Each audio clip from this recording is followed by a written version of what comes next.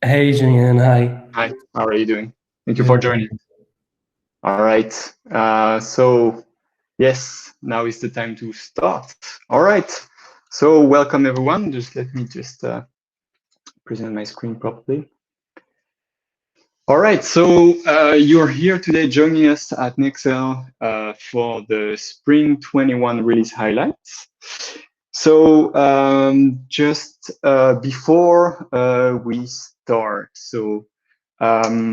just a quick webinar logistic organization and rule, if you may.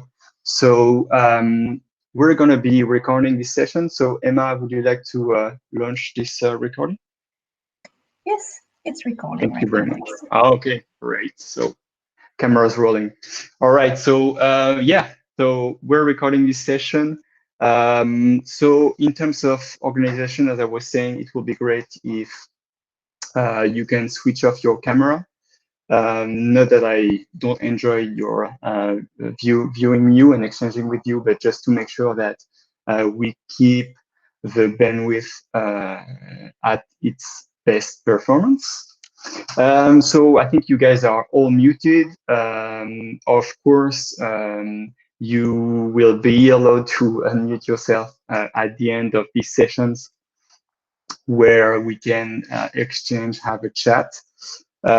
So you can also feel free to type in comments or questions in the Google Meet box you have up to the upright or corner of your Google Meet screen. So feel free to type it in questions if you want. The idea for me is to answer your questions when at the end of the session. If for any reason I cannot answer your questions, then I will take it offline and I will, of course, address those questions via sending you an email. Okay, so now it's out of the way, let's go ahead. So this is today's agenda. It's going to be, I'm not going to share a ton of screens because I think there's no point. I prefer to be more of hands-on. I think it's a bit more interesting.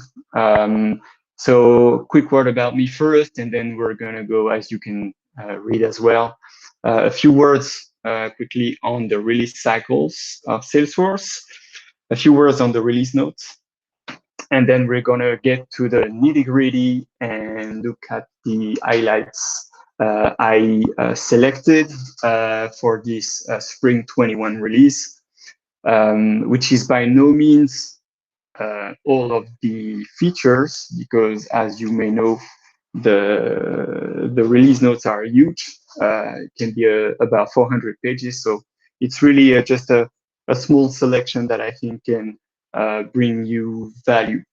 And then, of course, I will be sharing the resources that I will show you during this webinar so that you can, on your end, go and do your research. Okay, so let's go ahead with a quick intro and tell you more about myself. So, of course, you can find me, reach me on LinkedIn. So this is my URL. You can also, if you like, email me at the email at the bottom of the screen here, julien.ledantec@nexell.com. So feel free to reach out for any questions. We're here for you. So quick background about me. So I've been working in this industry for about 4 years now, mostly together with Nexell. Hi Emma, I think someone's coming in. Can you give this person entry? Thank you very much. All right. Hello, and thank you for joining us. So I'm going a bit over my background quickly. Like I was saying, about 4 years experience. I am 3 times Salesforce certified. All of my colleagues here at Nexell are all certified consultants. Then in terms of my education, I have an MBA, business administration. And then in terms of my hobbies, I like to run casually, so not a hard runner, but I try to keep it a habit. And you can see a little image of me here, which was taken at half marathon that I ran in 2017. And then finally, as you can see here, this is Geneva. So I am located in our office in Geneva. We have offices all over Switzerland, but will be based in Geneva. All right. A few words about the release cycle. So as you probably already all know, Salesforce comes up every year with three main releases, namely winter, spring, and summer. So those releases are, of course, seamless and automatic upgrades, and they usually happen on the weekends. So usually it's going to be deployed, like for example, on Saturdays to avoid any conflicts with the users. In terms of dates. There's going to be the first upgrades going to be made to the sandbox. So usually the sandbox preview happens 4 to 6 weeks before it goes into production. Just a quick words. I'm sure you all know what a sandbox is, but just in case, a sandbox is an environment that is mainly some sort of a copy of your production environment in which you can work and do all your development, implementation, and so forth before you push that into production. So first of all, I'd like to show you how you can find out more about your own release date window. So I'm going to switch from my presentation to Salesforce website. So let me just escape here and go to Salesforce website. Okay, so I'm going to just make this maybe a bit bigger so that it's readable for all of you. I have a big screen. Emma, can you read that properly? Is that okay?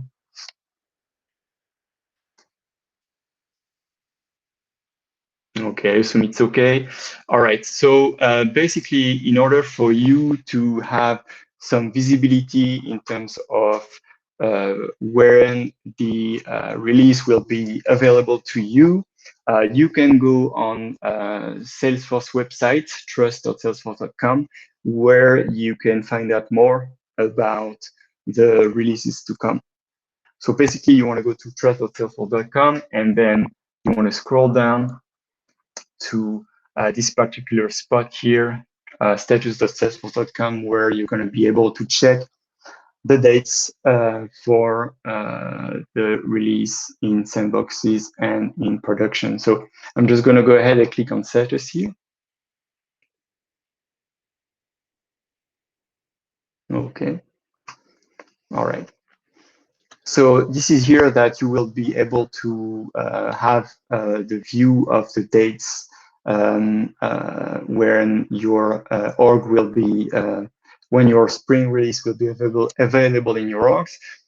This is also where you can check on the status of your instance. So here, basically, what you can do is that you can search for your instance directly here in the search box.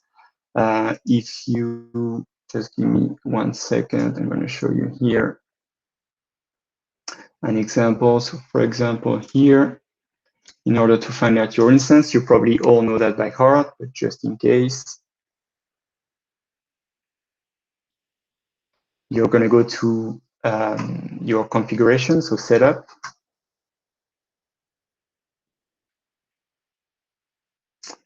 Okay, and then you're going to look at company.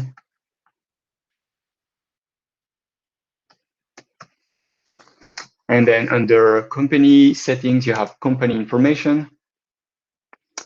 And this is where you'll be able to locate what is your current instance. So you can do that for your sandbox, and you can do that for your production environment. Once you have your instance, then you're able to go to this status.salesforce.com page, and then you can look up at your instance, so you can type it in directly here. So I'm going to use a real sandbox instance, because the org that I showed you before is just a preview for this particular webinar. So I'm going to go ahead and check on this one, for example. All right. And then I want to make sure that I look at the maintenance tab right here. I'm just going to click on maintenance. And when you reach out the maintenance tab, this is where you will see the planning for your next release. So this is a sandbox. So you can see here that this particular sandbox instance is already available for preview and has been made available on January 9th. So feel free to go ahead and check your checkbox release dates.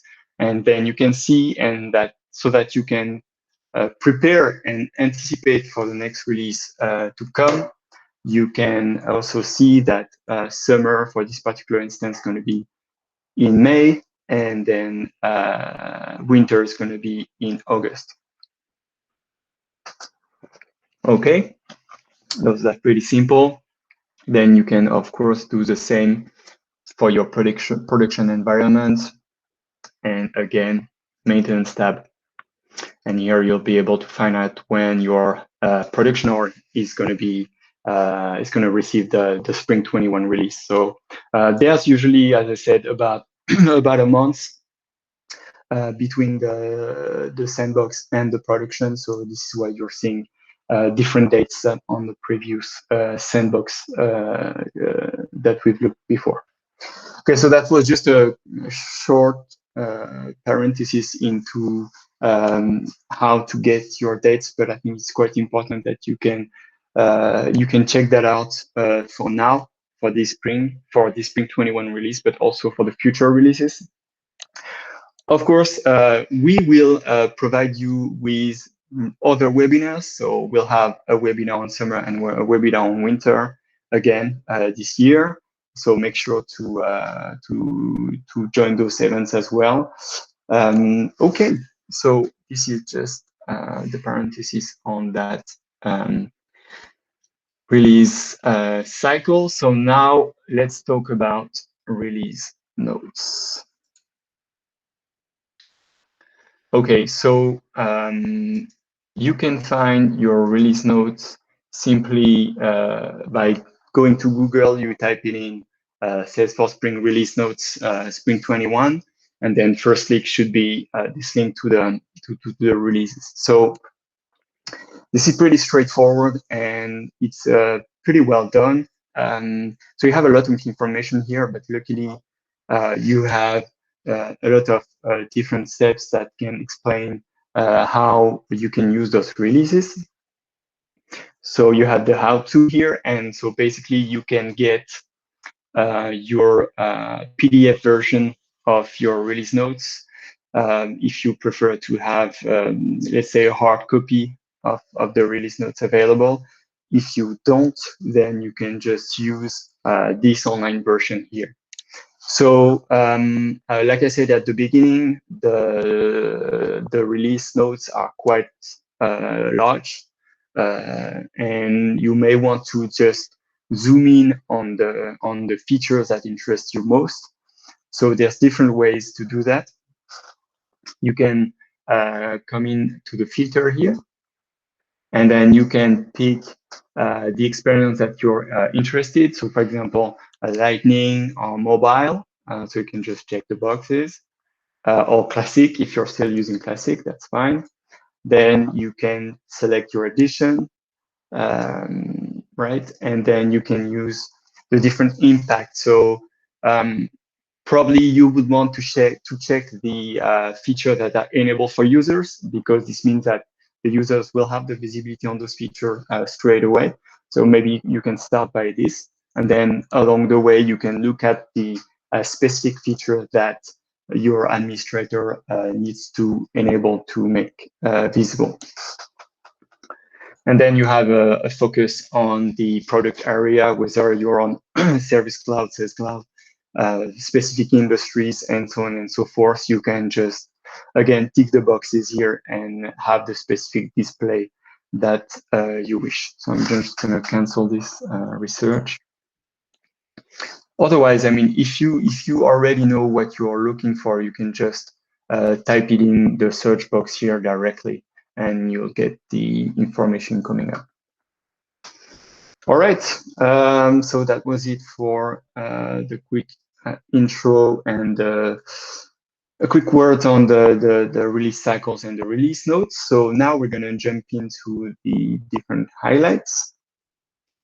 So just a quick statement that we usually get if you've assisted to Salesforce webinars before. Please make your purchase based on available features on Salesforce at the moment, your purchase decisions. Okay, that's out of the way. So let's go ahead and continue. So this is my selections of highlights for today. So I'm going to go through them one by one. Manual sharing, in-app learning, relationship to opportunity product, and opportunity scoring, lightning search performance, lightning templates in automation, and report creation with multi-field selection. So again, there's a ton more features available, but I've just selected those. I think it can bring you value quite right away.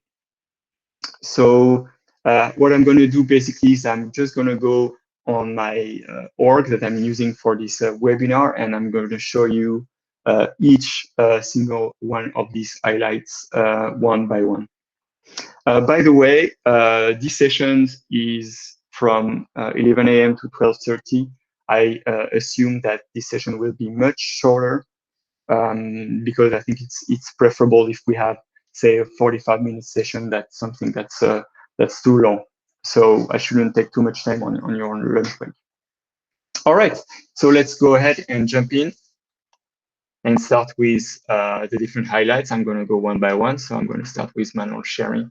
I'm just going to go directly to my Salesforce here and show you the different features. Okay, so let me just, okay, so let's have a look here. So you may already be familiar with the manual sharing, as this feature was available previously in the Classic, in Salesforce Classic. So you may already know that. It's now coming to Salesforce Lightning. So just a quick word before I show you this feature. It's 2 minutes.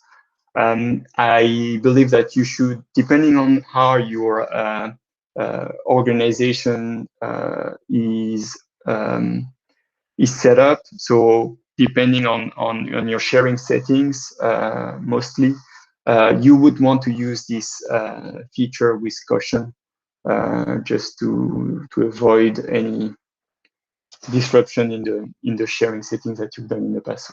Just to have a quick word on that. So now let's look at the manual sharing. So when you are on your record, so here I am at account level. You can go anywhere. So you can just go here on this little arrow, and then you can click on the sharing button here.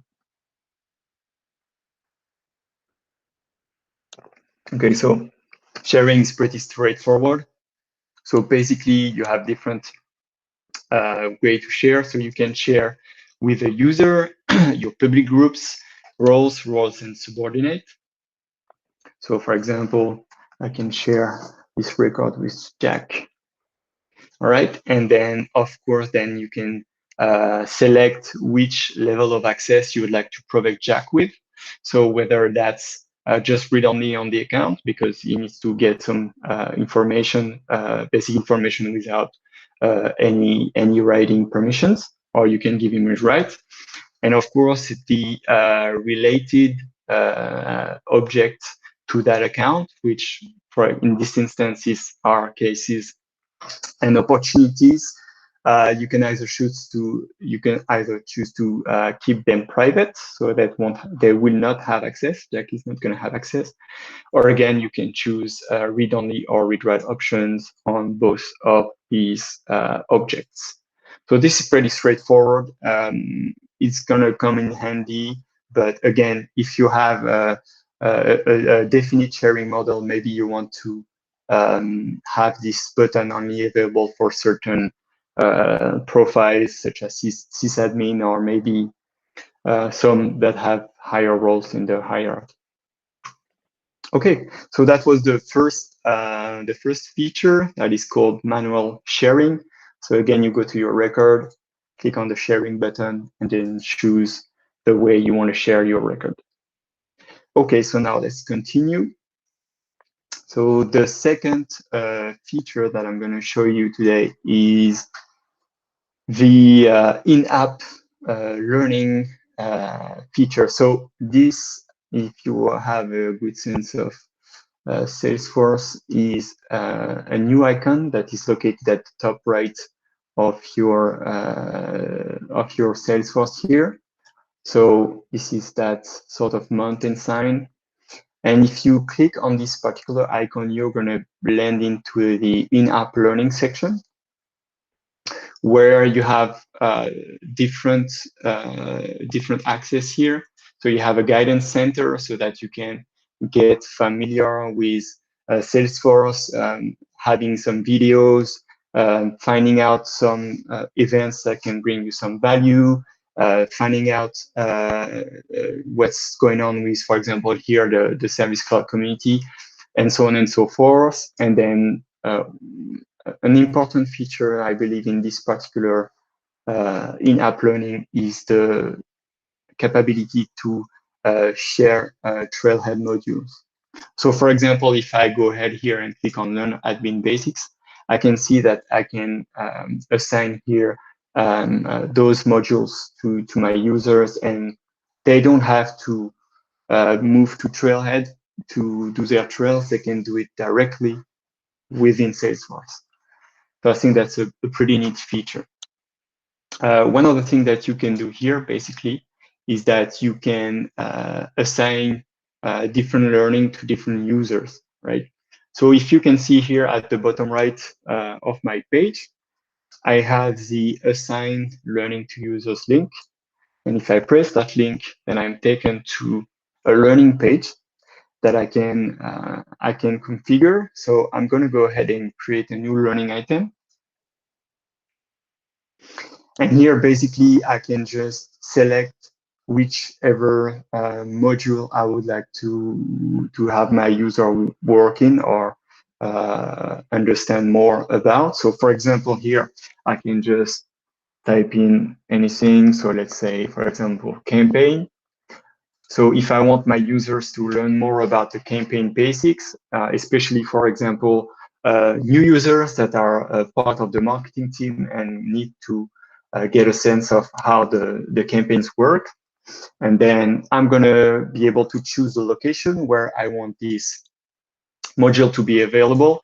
So I can basically choose the app. So that can, for example, be available just on the marketing app. I don't have to make it available everywhere. And then I'm going to be able to choose where this can be accessed. So do I want to have it accessible everywhere, or do I simply want to have it accessible in campaigns? So I can do that. And then finally, I am able to assign those particular modules to either all users or specific users and groups. So I can just choose a user or a group here directly, right? Like Jack. Okay, right. So this is how the in-app learning works in a nutshell. Just a quick important thing to note is that this feature is part of my Trailhead and it comes paid. So you can have a 30-day trials to play around with it and see if it brings value to your users, and if it does, then you can continue with this as an extra paid feature. Okay, good. So this was my second feature. So let's move on to the third one. This one's going to be pretty straightforward. So let me go just to an example here. I'm going to go to an opportunity record. So this one, for example. Okay, so if you know Salesforce quite well and you've been working with opportunities and opportunity products, you know that until now, it was not possible to link to relate any object to your products, opportunity products records. This is now changing, and you will now be available to add and link other objects to your opportunity product record. So I've created it just for the sake of the example here. So I have my standard product here, related, of course, to product details and my price book. And then here I've created, just for the sake of the example, a custom object called locations, so that I can know at a glance where this product is available. For example, I have it here available in Lausanne or in Geneva. Again, it's an example. I've created this custom object, but you can link your opportunity product to accounts and so on and so forth, standard and custom object as well. So this was not available before, and this is now available. So you can go ahead and create new relationships. All right, so now let's move on to the feature number 5. So the next feature is called Einstein Opportunity Scoring. So if you're familiar with Salesforce already, and I'm sure you all are, Einstein is the Salesforce artificial intelligence unit that is becoming more and more widely used. It transitioned really from sort of a nice to have feature into a more imperative feature than an option, really. And it's getting used more and more. And now we have like 80 billion predictions per day that are done through Salesforce Einstein. So now there's a switch, and Salesforce is willing to make this Einstein available to more. And so before, in order to use the prediction from Einstein, you needed to have a lot of records in your organization to do that. Now you can use it with a lot less record. So in order to for you to use the Einstein opportunity scoring, what you will need to do is to first you're going to need to run the Einstein readiness assessor. So in order to access this readiness assessor, you're going to have to set up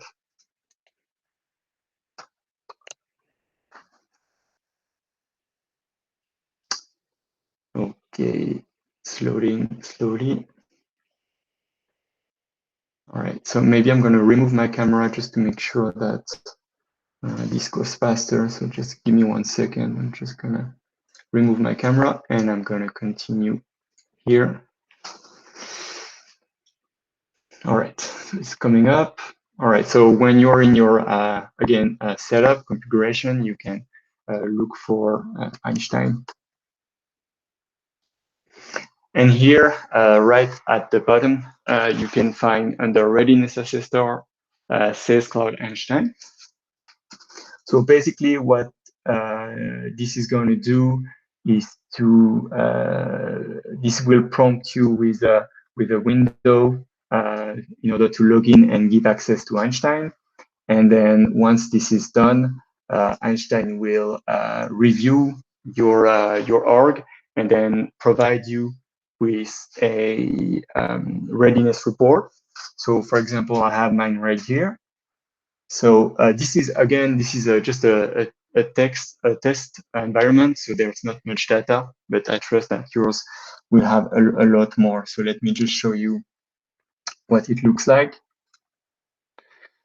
So once the assessor is run, you're going to have a quick analysis, and then you're going to have to look at this in order to see what you need to do. Sorry, what you need to do in order to make those available. Okay, so let's go this way. Okay, all right. So for example, here, in order to make sure that my AI Einstein can run on my opportunity scoring, I need to have 200 won opportunities and 200 closed opportunities so that Einstein can make the calculation and analysis. And the idea here, again, is to help your sales team to prioritize the opportunities that have more chances to be closed. And this is where the Einstein opportunity scoring is going to come handy. It's going to provide you with that score so that you know where to put the focus and where your sales team will need to put the focus on. All right, so that's it for the Einstein opportunity scoring. So now we're going to go to the next feature. So let me go back here. I'm going to go back to my account and show you the next feature. Okay. All right, so the next feature is the Lightning page performance. So coming in the Spring 21 release, you're going to be able to see, depending on your different Lightning pages, suggestion on how to enhance those pages to have a better and faster display. So let me just show it to you really quickly. So when you're at record level, so I'm here on a detail of a record. You can go on your setup, and then you can look for edit page.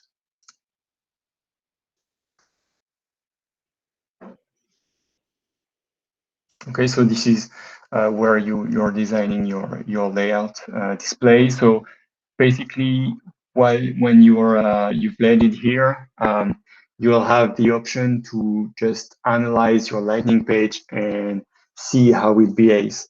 So you have your tips here that was released in previous releases. So basically, you can just choose whichever pages you want to look at. If you have one, if you have 20, and then you can press on the Analyze button here, which I'm doing right away. And this is providing me with the analysis of the page. So let me make that a bit bigger. So here, basically, Salesforce is looking at the average load time for the page. So this one is loading within 2.5 seconds, which is considered as a good page performance.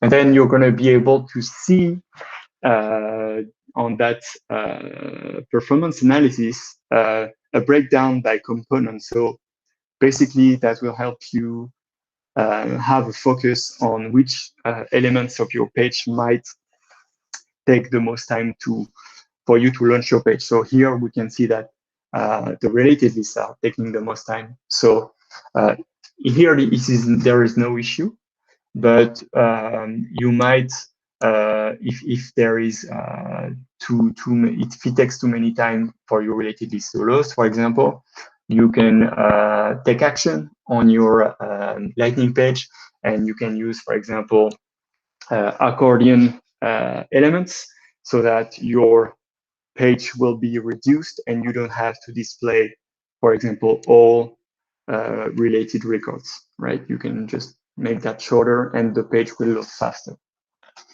You can have this overview on your desktop layout as well as your mobile layout as well. So you can check both. Okay, great. So let me just continue with the features. So this was the Lightning page performance. Okay, great. So let me just leave here. And let's look at the next feature, which is the Lightning templates in automation. So let's have a look. Yes, I want to leave.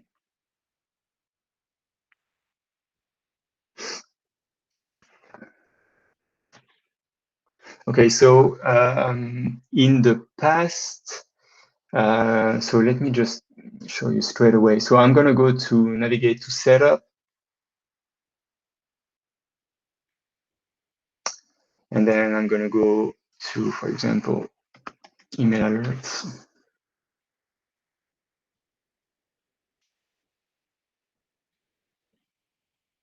Let me just skip this. So basically here, the main difference that you're going to get between now and before is the email template availability.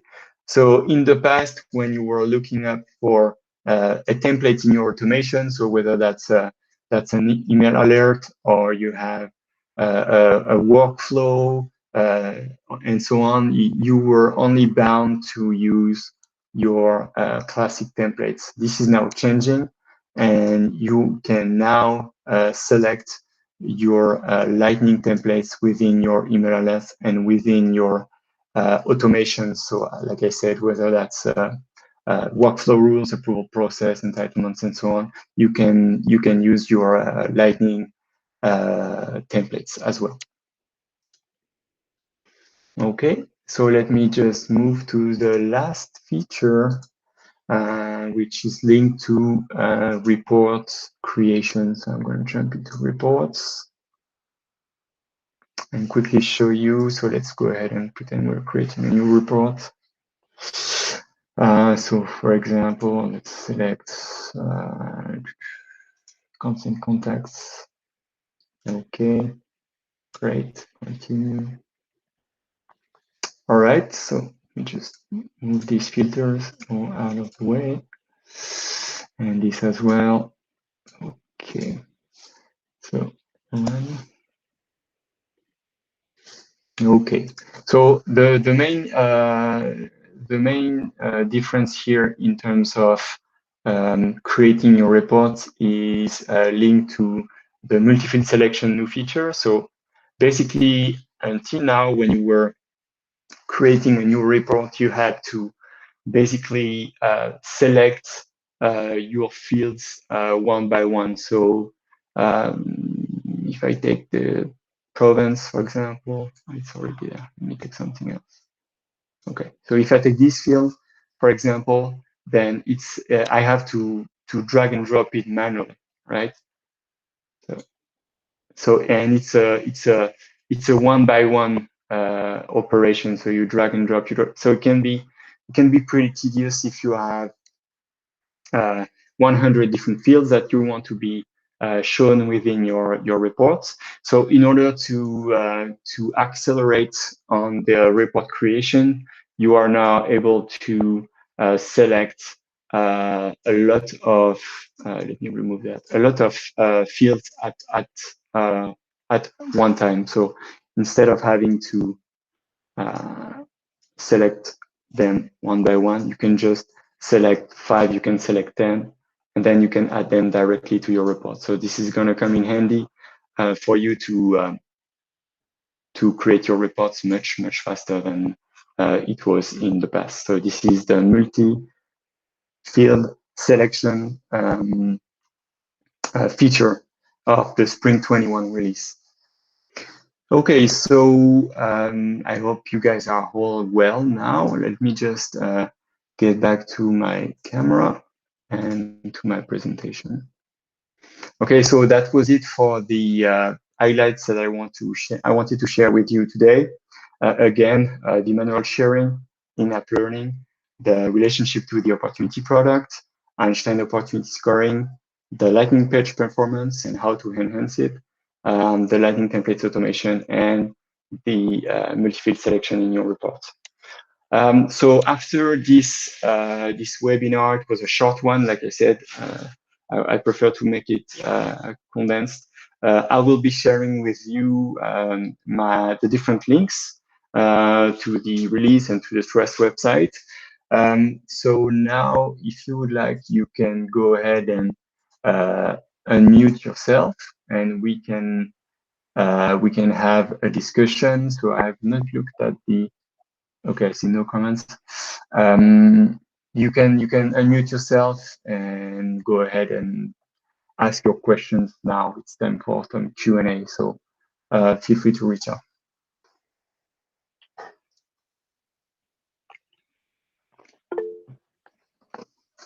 Okay, so I think someone has posted something.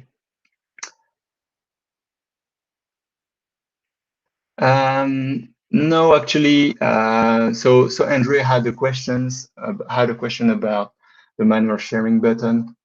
So Andrea, no, this button, I didn't have to move it. It was already available. So you might want to check for the different users how you want to pursue with this sharing button. Has anyone else has any other questions? So again, you can, okay. All right. Thank you, Linda, for chipping in. Thank you for your participation. I'll probably send you a mail as well in regards with the NPSP release as well, so that you can have that as well for yourself. All right, thank you. Anyone else has any questions until now? Can everybody hear me properly? Emma, can you just confirm that you can hear me correct? Yes, all good, thanks. Okay, great. All right. Okay, so yeah, so again, we'll be sending you a quick survey as well, just to get your feedback. Basically, we want to build up on those webinars and make them better in the future. So we're happy to have your feedback and see if there's any areas where we can enhance those sessions. Thank you very much for joining. Yeah, so we'll make sure to send you the link to the different resources we use today. And thank you very much for your time and participation. Feel free to reach out to me on LinkedIn or on my email if you'd like.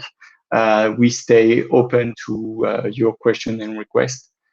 So it was a pleasure sharing this session with you today, and I'm looking forward to the next one. So have a nice lunch, everyone, and thank you very much for joining this session.